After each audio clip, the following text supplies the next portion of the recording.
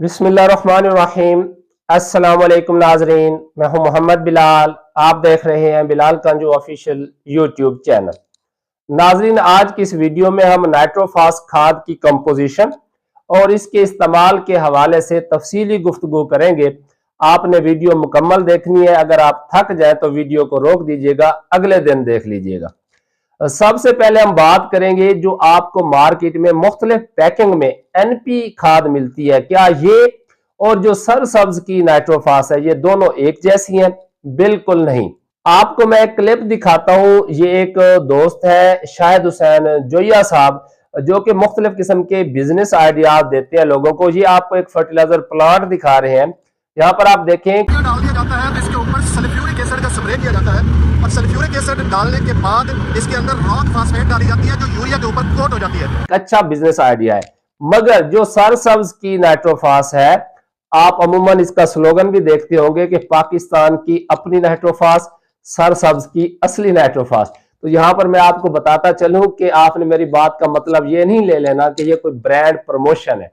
ये जस्ट एक different मुनफरद brand है, इसीलिए मैंने इसको हाईलाइट करना, आप लोगों को इसका डिफरेंस बताना जरूरी समझा। मैंने आपको ये क्लिप दिखाया, इसमें आप देख सकते हैं कि यहाँ पर रॉक फास्फेट को सल्फ्यूरिक एसिड के साथ ट्रीट किया जा रहा है, गंधक के तेजाब के साथ। तो इस सूरत में साथ में जिप्सम भी बनता है, इसलिए आप देख लें कि इनकी जो शेप है दानों की वो भी मुख्तलिफ है, इसकी हल पजीरी भी डिफरेंट होती है और ये निस्बतन सस्ती पड़ती है। जबकि ये जो सरसब्ज नाइट्रोफास है, इसकी जो मैन्युफैक्चरिंग प्रोसेस की अगर हम बात करें तो यहां पर जो रॉक फास्फेट है, जो कि हम बतौर फास्फोरस का जरिया लेते हैं, इसको ट्रीट करवाया जाता है HNO3 नाइट्रिक एसिड के साथ। अमूमन ये 60% कंसंट्रेशन वाला महलूल होता है। जब इसके साथ ट्रीट करवाया जाता है तो इससे जो प्रोडक्ट बनती हैं उनमें आता है कैल्शियम नाइट्रेट, इसके अलावा फास्फोरिक एसिड और साथ में कुछ हाइड्रोफ्लोरिक एसिड भी प्रोड्यूस होता है। ये कॉम्प्लेक्स प्रोसेस है, इस डिटेल में मैं जो है वो ज्यादा नहीं जाना चाहता। तो यहां पर जो एक स्लरी सी बनती है उसको फिर अमोनीफाई किया जाता है, उसमें अमोनिया शामिल की जाती है, जिसके नतीजे में जो नाइट्रोफास बनती है उसमें जो नाइट्रोजन है वो दो सूरतों में होती है, यानी कि 50% नाइट्रोजन अमोनिकल शक्ल में और 50% नाइट्रोजन जो है वो नाइट्रेट की शक्ल में होती है। और इसीलिए ये खास खूबी है कि इसके दाने भी आपको जो है वो गोल और इनमें सुराख नजर आएंगे। मगर ये कोई हर्फ आखिर नहीं है कि 100% दानों में सुराख नजर हो, लेकिन चंद एक दाने ऐसे भी हो सकते हैं जिनमें ये सुराख ना हो, और ये इसके असली होने की निशानी है। नाइट्रिक एसिड निस्बतन एक महंगा सोर्स है, इसीलिए ये नाइट्रोफास भी जो दूसरी एनपी है उससे महंगी होती है। नाइट्रिक एसिड के साथ ट्रीट किया जाता है रॉक फास्फेट को, तो मैंने आपको बताया कि साथ में कैल्शियम नाइट्रेट बनती है। यही वजह है कि अगर आप सरसब्ज फर्टिलाइजर के ऊपर नजर डालेंगे तो वो आपको प्रमोट करते हुए मिलेंगे नाइट्रोफास और कैन गवारा। ना वो डीएपी की बात करेंगे ना यूरिया की बात करेंगे, क्योंकि जब नाइट्रोफास बनाने का अमल किया जाता है तो साथ में कैल्शियम नाइट्रेट बन रही है, फिर उसी से ही कैल्शियम अमोनियम नाइट्रेट तैयार करके उसे भी मार्केट में एक अलहदा प्रोडक्ट के तौर पर सेल किया जाता है। ये काम जो नाइट्रोफास्फेट इस तरह की है ना, जिसमें यानी कि नाइट्रोजन नाइट्रेट की सूरत में भी और अमोनिकल फॉर्म में भी होती है, सबसे पहले शुरू हुआ था नॉर्वे के अंदर। अब भी ज्यादातर इस किस्म की जो नाइट्रोफास है उसका जो मेन प्रोडक्शन हब है वो यूरोपियन कंट्रीज ही है। पाकिस्तान में ये वाहिद है सरसब्ज नाइट्रोफास जो इस नौयत की नाइट्रोफास प्रोड्यूस करती है, इसीलिए ये अपने आप को एक मुनफरिद ब्रांड क्लेम करते हैं। यानी जो मैंने पहले आपको वीडियो दिखाई उसे हम यूं कह सकते हैं कि ये एक ऐसा यूरिया है जो फास्फोरस कोटेड है या ब्लेंडेड फॉर्म है।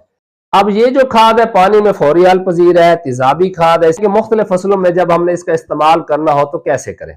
कोई भी फसल ऐसी नहीं है जिसमें इसका इस्तेमाल मना किया जाता हो, मगर मैं अपने तौर पर अमूमन जिन फसलों में पानी को हम खड़ा रखते हैं जैसा कि धान वगैरह है, उसमें मैं इसको ज्यादा एनकरेज नहीं करता नाइट्रोफास को। अच्छा, अब रही बात कि अगर रेतला रकबा हो, कच्चे वाट की जमीनें हो, तो अमूमन हमारे काश्तकार कहते हैं कि जी नाइट्रोफास खाद रिजल्ट नहीं देती। उसकी एक बड़ी वजह यह है, एक तो ये तेजाबी खाद है, दूसरा हमारी जो जमीनें होती हैं उनके ऊपर जो नेट चार्ज होता है वो मनफी होता है। अब जो नाइट्रेट की सूरत में नाइट्रोजन होती है इसके ऊपर भी चार्ज मनफी होता है। तो जब दो मनफी चीजें यानी एक जैसे जो पोल है वो एक दूसरे को क्या करते हैं, रिपेल करते हैं, दफा करते हैं, जिससे क्या होता है अगर उसमें बार बार आप पानी लगा रहे हैं और जमीन भी कच्चे वाट की है, रेतली है, तो नाइट्रेट की सूरत में नाइट्रोजन का लॉस हो जाता है, जिया हो जाता है। यही वजह है कि हमारे अक्सर काश्तकार कहते हैं कि कच्चे रकबों में नाइट्रोफास खाद रिजल्ट नहीं देती। अगर आपने गंदम लगाई हुई है और आप चाहते हैं कि मैं नाइट्रोफास इस्तेमाल करूं, तो फिर उसका बेहतर तरीका यह है कि पहले आप पानी लगाएं।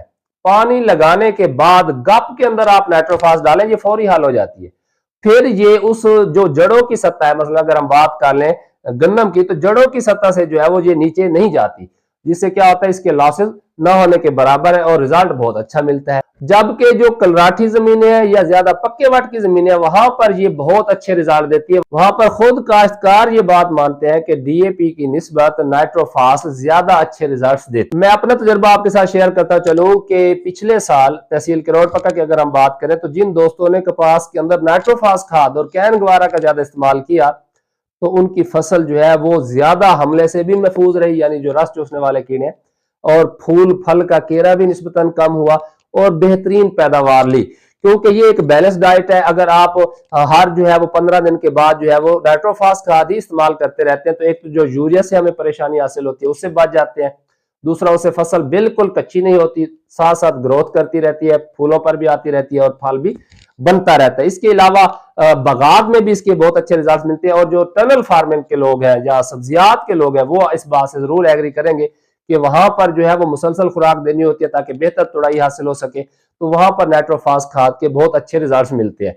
मगर मैं फिर जाते जाते यही बात रिपीट करता चलूं कि आप मुख्तलिफ जमीनों के अंदर नाइट्रोफास खाद इस्तेमाल कर सकते हैं, मगर कोशिश करें कि जो रेतले रकबे है या कच्चे वाट की जमीन है, वहां पर आप नाइट्रोफास खाद को फ्लड करने से गुरेज करें। आपने इस्तेमाल करनी है तो जैसे गंदम वगैरह, इसके अंदर आप इस्तेमाल कर सकते हैं कि पहले पानी लगाएं और फिर गप के अंदर छट्टा करें ताकि वो लीच ना हो। रेतले रकबे उनके अंदर आप अगर फ्लड करेंगे तो जो नाइट्रेट की शक्ल में नाइट्रोजन है उसके लॉसेज जो है वो ज्यादा होते हैं। जो नाइट्रोजन होती है, इसका एक और फायदा है, वो ये है कि मैं पहले भी अपनी कई वीडियो में तज़किरा कर चुका हूं कि जब पौधा अपनी वेजिटेटिव बढ़ोतरी कर रहा होता है, जैसे कि गंदम है, कि पहले शुरू में जो है वो जस्ट अपने पत्ते बनाता है, स्टेम बनाता है, फिर बाद में जाके बूटिंग पे आता है, फिर सिट्टा निकलता है।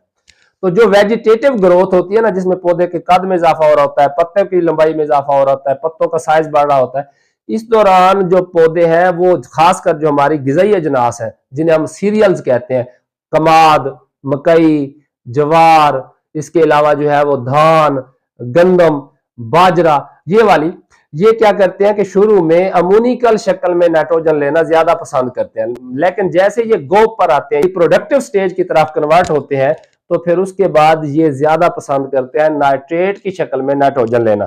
तो इसीलिए अगर आप बवक्ते बिजाई इस्तेमाल नहीं भी करते, तो अमूमन अगर हम गंदम की बात करें तो जो गोब की खाद है उसमें नाइट्रोफास एक बेहतरीन खाद है। इसी तरह अगर हम कपास की बात करें कि जब फसल फूलों पर आई हुई हो, फूल फल से लदी हुई हो, उस वक्त अगर आप नाइट्रोफास इस्तेमाल करते हैं तो वो बहुत अच्छा रिजल्ट देती है। इसी तरह अगर हम कमाद की बात कर लें या दूसरी फसलात की जिनकी वैसे भी फर्टिलाइजर रिक्वायरमेंट ज्यादा होती है, तो खासकर जब मौसम बहुत शदीद गर्म होता है, जिसमें हमें खतरा होता है कि यूरिया का ज्यादातर लॉस हो जाता है, वो उड़ जाता है अमोनिकल फॉर्म में, वोलाटाइल फॉर्म में, बुखारात बन के ज़ाय हो जाती है, तो उस वक्त आप कैन गवारा या नाइट्रोफास खाद इस्तेमाल करके बेहतरीन रिजल्ट ले सकते हैं। जो मुख्तलिफ बागात के काश्तकार हैं वो भी खासकर गर्म मौसम के अंदर कैन गवारा खाद इस्तेमाल करते हैं या नाइट्रोफास खाद का इस्तेमाल करते हैं बजाय यूरिया वगैरह के इस्तेमाल करने। कमेंट करके जरूर बताना है कि क्या आपने ये बातें नोट की हैं, और अगर आपने कोई और एनपी इस्तेमाल की है तो वो कौन सी थी, उसकी क्या कीमत थी, कितने केजी का वो बैग था, और अगर आप ये नाइट्रोफास इस्तेमाल करते हैं तो इसके रिजल्ट्स के बारे में आपकी क्या राय है, किन रकबों में ये बेहतर रिजल्ट देती है और किन में इसका रिजल्ट कमजोर है।